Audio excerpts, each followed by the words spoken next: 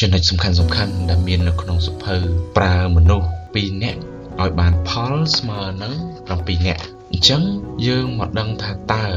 ខ្លឹមសារសំខាន់ដែលមានក្នុងសភៅនេះមានអ្វីខ្លះមានចំណុចមួយដែលអ្នកនិពន្ធគាត់បាន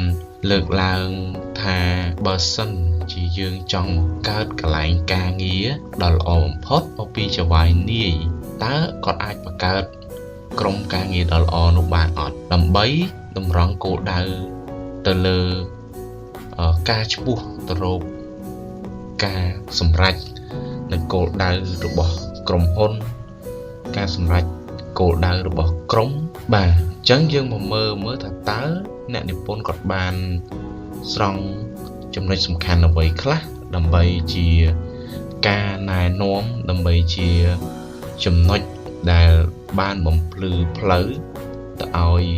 អ្នកគ្រប់គ្រងទាំងឡាយអញ្ចឹងនៅក្នុងសៀវភៅនេះដែរ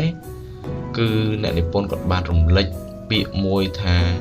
ការដែលសាងបុគ្គលិកនិងការដែលសាងក្រុមការងារឲ្យបានល្អនោះគឺត្រូវអាស្រ័យទៅលើការដឹកនាំនិងការបង្កើតទៅលើកន្លែងការងារធ្វើរបស់ខ្លួនឯងហ្នឹងបាទហើយក្នុងហ្នឹងក៏អ្នកនិពន្ធយើងក៏បានដកស្រង់3ចំណុចសំខាន់ដែលអាចបង្កើតកន្លែងការងារឲ្យបានល្អបំផុតហ្នឹងបាទចឹងទី1គឺអ្នកនិពន្ធគាត់លើកឡើងថាគ្រប់គ្នាដែលជាបុគ្គលិកគឺត្រូវតែយល់ពីគោលការណ៍យល់ពីទស្សនវិស័យ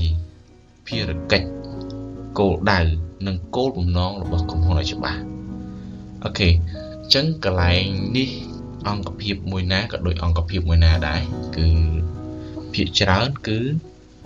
បើសិនជាបុគ្គលិកគាត់អត់ដឹងថាតើក្រុមហ៊ុនរបស់យើងធ្វើអ្វីបាទក្រុមហ៊ុនរបស់យើងចង់បានអ្វីទិសដៅធំបំផុតរបស់យើងនឹងចង់បានអីអញ្ចឹងបើសិនជានៅបន្តភាពមិនច្បាស់លាស់បែបនេះគឺក្រុមហ៊ុនរបស់យើងឬក៏ក្រុមរបស់យើងនឹងគឺយើងមានបញ្ហាហើយបាទបញ្ហាត្រង់ថាយ៉ាងម៉េចគឺបញ្ហាត្រង់ថាគឺយើងធ្វើអត់មានទិសដៅធ្វើកិច្ចការងារអត់មានទិសដៅធ្វើអត់មានគោលបំណងវាអាចនឹងបរាជ័យនៅក្នុងការងាររបស់យើងនឹងមានភាគរយខ្ពស់បាទអញ្ចឹងនៅពេលដែលគ្រប់គ្នាបានដឹងពីទស្សនវិស័យភារកិច្ចនិងទំនួលខុសត្រូវរៀងៗខ្លួនទៅតាមផ្នែកផ្សេងទាំងអស់ហ្នឹងអញ្ចឹងការចាត់ចែងការងារហ្នឹងគឺទៅបានរលូនហើយទី2ទៀតអ្នកនិពន្ធក៏បានលើកឡើងថាក្នុងនាមជាចវាយនាយហ្នឹងគឺគាត់ត្រូវតែជំរុញកូនចៅម្នាក់ហ្នឹងឲ្យមានទស្សនវិជ្ជមានចំពោះខ្លួនឯងជានិច្ចអញ្ចឹងកន្លែងនេះតួនាទីសំខាន់របស់ management តួនាទីសំខាន់របស់ចវាយនាយបាទអញ្ចឹងគឺយើងត្រូវឈរលើមូលដ្ឋានក្នុងការវាយតម្លៃឲ្យបានត្រឹមត្រូវបាទឈរលើមូលដ្ឋាននៃការលើកទឹកចិត្តឲ្យបានត្រឹមត្រូវជា style នៃការដឹកនាំមួយដែលល្អដែលគោរពទៅតាម4ចំណុចដែលយើងតែងតែធ្លាប់រៀននៅក្នុងសាកលវិទ្យាល័យឬក៏យើងមករៀននៅកន្លែងការងារបាទមានអីគេខ្លះបាទមាន planning organizing leading ឬ controlling ហ្នឹងអញ្ចឹងតើជាចវាយនេះយើងមាន leadership style បែបណាអីចឹងទៅដើម្បីអីដើម្បីជា role model មួយជំរុញឲ្យបុគ្គលិករបស់យើងហ្នឹងនេះគឺមានភាពវិជ្ជមានក្នុងការអនុវត្តការងារខ្លួនឯងជានិច្ចហើយការឲ្យតម្លៃនិងការកោតសរសើរពីសមត្ថភាពដោយស្ដែងចេញពីស្នាដៃជាក់ស្ដែងរបស់គាត់ហ្នឹងយើងត្រូវធ្វើការកោតសរសើរធ្វើការវិតម្លៃឲ្យបានល្អដិតដល់ទៅតាមអ្វីដែលជាក់ស្ដែងដែលគាត់បានធ្វើអីហ្នឹងអញ្ចឹងចំណុចទី2នេះគឺដ៏សំខាន់ទៅលើចវាយនីផ្ទាល់ដែលគាត់ជាអ្នកដឹកនាំក្រុមនឹងមួយឲ្យបានជោគជ័យគឺអាស្រ័យទៅលើអ្នក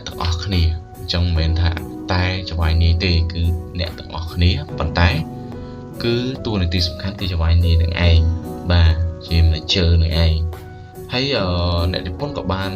ដកស្រង់នៅចំណុចទី3គឺអ្នកត្រូវសាងការជំរុញនិងបង្រៀនកូនចៅឲ្យមានមោទនភាពចំពោះខ្លួនឯងអញ្ចឹងនៅក្នុងសៀវភៅនេះក៏គេមានពីរបៀបដែលធ្វើឲ្យខ្លួនឯងមានមោទនភាពដែរអញ្ចឹងយើងនឹងចែករំលែកបងប្អូនបន្តទៀតនៅវីដេអូក្រោយៗទៀតអញ្ចឹងយើងមកមើលថាតើធ្វើម៉េចដើម្បីឲ្យពួកគាត់នឹងបដិបត្តិចំពោះការងារឲ្យបានល្អគឺក្នុងនាមជាចៅហ្វាយនេះហ្នឹងគឺយើងត្រូវជំរុញលើកទឹកចិត្តគាត់ជាប្រចាំបាទយើងពិនិត្យមើលការងារគាត់ជាប្រចាំមើលថាតើការធ្វើការងាររបស់គាត់នឹងមានអារម្មណ៍យ៉ាងម៉េចដែរមានអារម្មណ៍ល្អនៅក្នុងការងារឬក៏គាត់មានអារម្មណ៍មិនសូវល្អចំពោះការងារហើយមួយវិញទៀតតើគាត់គិតថាខ្លួនគាត់នឹងគាត់អាចធ្វើបានអត់អញ្ចឹងបើសិនជាយើងមើលទៅថាគាត់ធ្វើអត់បានទេយើងមានជាផែនការក្នុងការផ្ដល់ជាការបង្រៀនណែនាំឬក៏ជំរុញបន្ថែមទៀតធ្វើម៉េចឲ្យគាត់មានជំនឿជាក់និងមោទនភាពលើខ្លួនឯងនៅក្នុងការបំពេញការងារមួយនឹងឲ្យបានសម្រេចអីចឹងទៅបាទអញ្ចឹងក្នុងនាមជាចៅហ្វាយនេះពាក់ព័ន្ធជាមួយនឹងទង្វើឬក៏សម្ដីគ្រប់បែបយ៉ាងហ្នឹងគឺយើងគួរតែជ្រើសរើសការផ្ដល់ជាកម្លាំងជំរុញទឹកចិត្តទៅបុគ្គលិករបស់យើងឲ្យបានច្រើនហ្នឹងជៀសវាងមានផលប៉ះពាល់ឬក៏ប៉ះពាល់ទំនាក់ទំនងអីផ្សេងហ្នឹងអញ្ចឹងបើសិនជាចៅហ្វាយនេះគាត់អាចរក្សាការទំនាក់ទំនងល្អអាចរក្សាការជំរុញលើកទឹកចិត្តល្អអញ្ចឹងនៅក្នុងហ្នឹងគឺអាចថាបុគ្គលិកគាត់នឹងមានភាពជឿជាក់លើខ្លួនឯងនៅក្នុងការអនុវត្តលើការងារអីអស់ហ្នឹងហើយបាទហើយនៅក្នុងចំណុចនឹងដែរក៏ពីអ្នកនិពន្ធយើងក៏បានផ្ដល់ឲ្យនៅគន្លឹះនៅក្នុងការអនុវត្តសំខាន់មួយចំនួនដែរអញ្ចឹង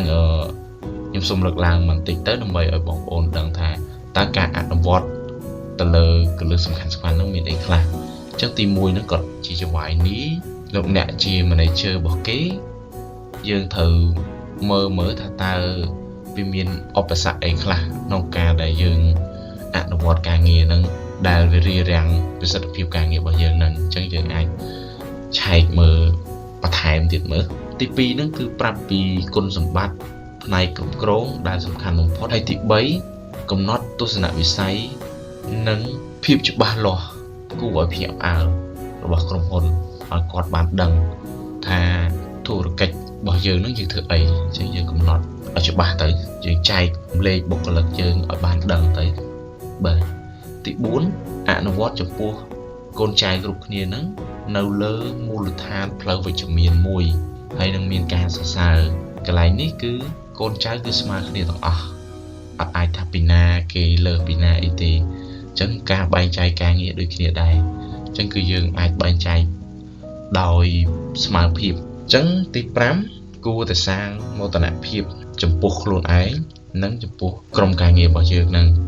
បាទអញ្ចឹងកន្លែងនេះយើងនឹងបង្ហាញបន្ថែមទៀតថាតើសាងមោទនភាពយ៉ាងម៉េចចំពោះខ្លួនឯងដើម្បីឲ្យមានប្រសិទ្ធភាពគេគ្រប់ស្រឡាញ់អីចឹងទៅចា៎នឹងយើងមាននៅវីដេអូក្រោយទី6បើសិនជាយើងអាចដើរតួជាឪពុកម្ដាយរបស់កូនចៅគឺយើងអាចដើរតួបែបហ្នឹងទៅបាទគឺមានការស្រឡាញ់កូនចៅដូចកូនកើតបាទផ្ដល់ការជួយទំនុកបំរុងគ្រប់បែបយ៉ាងផ្ដល់ការលើកទឹកចិត្តគ្រប់បែបយ៉ាងឲ្យគាត់ឯងនឹងឯងអញ្ចឹងគឺអាចថាដើរតួជាឪពុកម្ដាយដែលស្រឡាញ់កូនហ្នឹងអញ្ចឹងហើយចំណុចចុងក្រោយនៃការអនុវត្តលើសំខាន់នៃការអនុវត្តនេះគឺជំរុញកូនចៅនឹងឲ្យមានទស្សនៈវិជ្ជមានចំពោះខ្លួនឯងដោយយើងអាចថានៅពេលដែលគាត់ជោគជ័យយើងបង្ហាញពីភាពជោគជ័យរបស់គាត់ទៅថាអ្នកឯងធ្វើបានល្អអញ្ចឹងការផ្ដល់តម្លៃទៅឲ្យបុគ្គលិកក្រោមបង្គាប់បញ្ជាគឺជាកត្តាសំខាន់មួយរបស់ manager ចៅហ្វាយនេះគ្រប់រូបអញ្ចឹងសង្ឃឹមថាវីដេអូនេះអាចជាគន្លឹះមួយចំនួនសម្រាប់ លោកអ្នកទាំងអស់គ្នាដែលមានចេតនានៅក្នុងការធ្វើឲ្យក្រុមការងារមួយធ្វើឲ្យកន្លែងការងារមួយមានភាពល្អបំផុតសង្ឃឹមថាវីដេអូនេះនឹងជួយបងប្អូនបានច្រើនហើយកុំភ្លេចយកទៅអនុវត្តនៅក្នុងកន្លែងការងារខ្លួនឯងផងពីក្លឹមសភៅសូមអរគុណសូមជម្រាបលា